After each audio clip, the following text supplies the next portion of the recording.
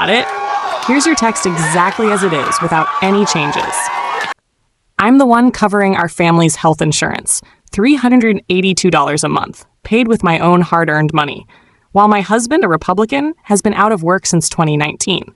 We don't always agree on politics, but I've always believed that love can bridge any divide, even if that divide includes MAGA signs and social media rants. Then one day, he wanted to transfer his prescription to a small-town pharmacy, a place that, to me, wasn't just a drugstore, but a symbol of values I couldn't support. The Trump signs, the pharmacist's extreme social media posts, they made me hesitate. I refused, not out of selfishness, but because I didn't want my money indirectly funding something I fundamentally disagreed with. He was furious, insisting he had the right to choose. But I was firm. As long as you're using the insurance I pay for, I have a say in where that money goes. I wondered, was I wrong? But then I realized this wasn't just about money or politics. This was about standing up for what I believe in, about protecting my values in a world that constantly tests them. Marriage isn't about surrendering. It's about navigating differences while staying true to yourself.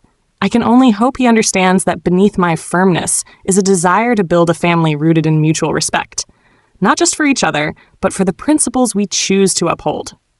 Let me know if you need anything else. In a world where politics divides even the closest hearts, my husband and I stand on opposite shores of the ideological river.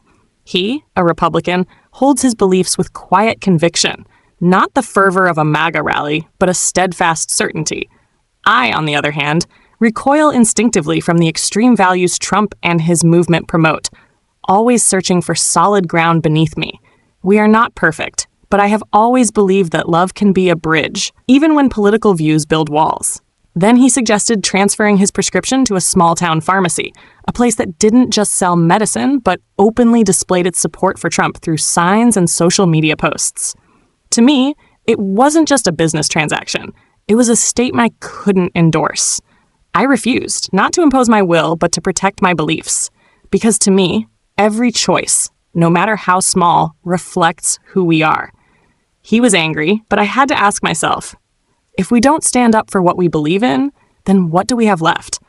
Politics isn't just about ballots or party lines. It's a fire that tests integrity and honesty. I don't want our marriage to be a quiet truce.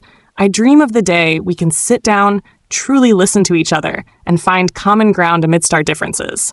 Because deep down, I believe real love isn't about perfect agreement. It's about having the courage to weather ideological storms together, moving toward a shared shore of understanding. Life is often made up of small battles, where beliefs and love collide in seemingly simple decisions. My husband, with a straightforward request, suggested transferring his prescription to a small-town pharmacy, a familiar, convenient place. But when I saw the Trump signs and the MAGA-filled social media posts of the pharmacist, my heart grew heavy. This wasn't just about medicine. It was about a symbol I couldn't support. I refused. Not to be difficult, but because I wanted every dollar I earned to reflect the values I believe in. He was furious, declaring that he would switch pharmacies himself. The fire in me flared up. As long as you're using the insurance I pay for, $382 a month from my hard-earned money, you don't get to make that choice. My words were sharp, but behind them was a deep need to stand by what I knew was right. He wanted the freedom to make his own decisions, and I wanted the right to decide where my efforts were spent.